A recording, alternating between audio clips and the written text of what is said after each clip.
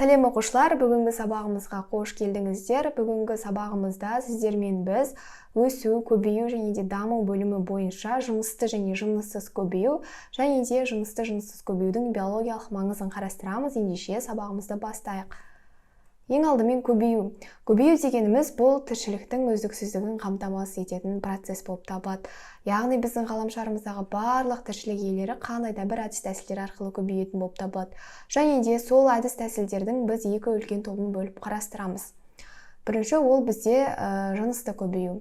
Жынысты көбеюдің басты ерекшелігі бұл жыныс жасушалары гаметалардың, яғни аталық және де аналық жасушалардың тікелей қатысуымен жүретін көбеюдің түрі болып табылады.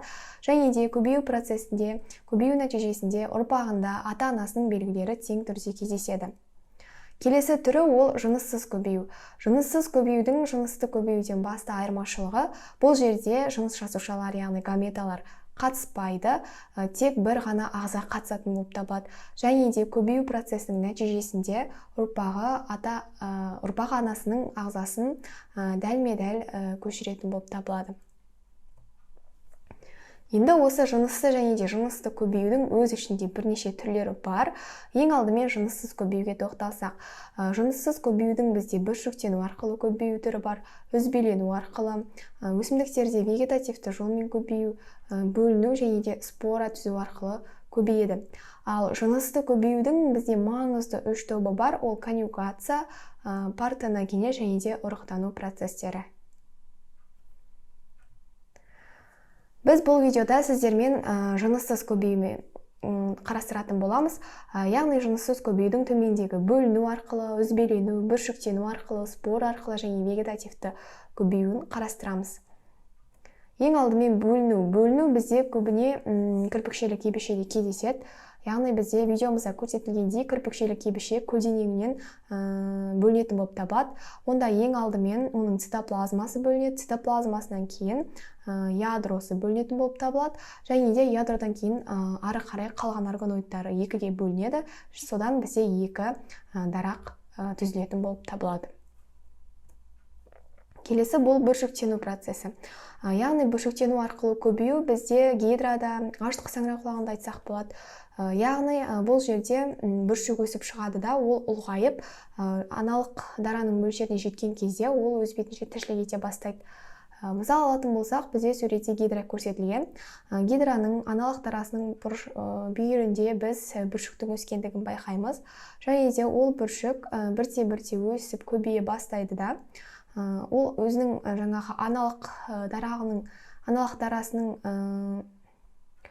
ұзындығына жеткеннен кейін ол бөлініп бөлек тіршілік етеді. Яғни бұл бізде бүршіктену арқылы көбею процесі болып табылады.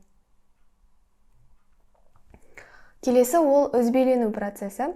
Яғни бұл жаңағы ересек дарақтың жеке үзбелері арқылы көбею жолы болып табылады. Бізде суретте ақ сұлама көрсетілген. Яғни ақ сұламаның үзбелену процесі көрсетілген. Және де үзбелену процесі кезінде бізде міндетті түрде регенерация процесі болады. Себебі үзбеленгеннен кейін денені осы регенерация процесі арқылы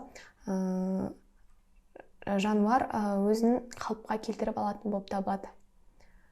Үзбелену процесі арқылы бізде үш түрлі жаңа организм пайда болды. Келесі ол спор арқылы көбею. Яғни бұл жерде бізде хламидомонада балдырының көбею көрсетілген, жынысты және де жыныссыз. Біз жыныссыз көбеюін қарастырамыз, яғни спор арқылы. Бұл жерде ең алдымен клетка бізде бірнешеге бөлінеді, және де оны сыртынан бізде спора қабықшасы түзетін болып табылады. Және де сол спора қабықшасынан бізде жаңа организмдер өсіп жетіледі. Неке спора қабықшасынан бөлініп шыққан организмдер, яғни ол ересек ағзаны түзетін болып табылады. Негізінен спор арқылы көбею саңырауқұлақтарда, мүктерде, қырықбуын тәрізділерде, қырық жапырақ тәрізділерде кездесетін процесс болып табылады.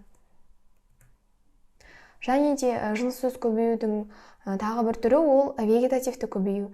Яғни бұл өсімдіктердің вегетативтік органдар арқылы көбеюі болып табылады.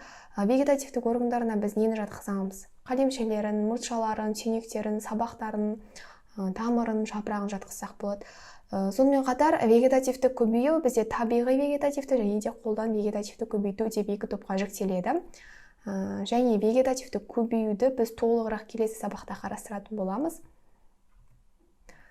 Қорытындылай келе, осы жыныссыз және де жынысты көбеюдің биологиялық маңызына тоқталайық. Ең алдымен жыныссыз көбею. Жыныссыз көбею кезінде бізде әрбір ағза ұрпақ қалдыруға қабілетті болып келеді, және де жыныссыз көбею кезінде өзгергіштік төмен болып саналады.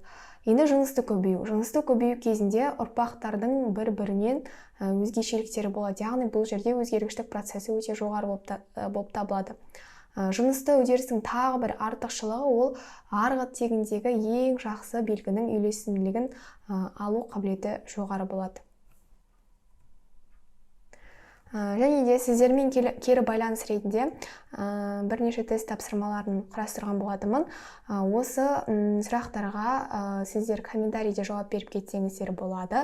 Жалпы біз бүгінгі сабақта сіздермен жынысты және жыныссыз көбеюді қарастырдық. Соның ішінде жыныссыз көбеюдің түрлерімен танысып өттік. Сіздерге сабақ түсінікті болды деп ойлаймын. Егер де сабақ түсінікті болса, маған тіркеліп лайк басып және де комментарий жазуды ұмытпаңыздар.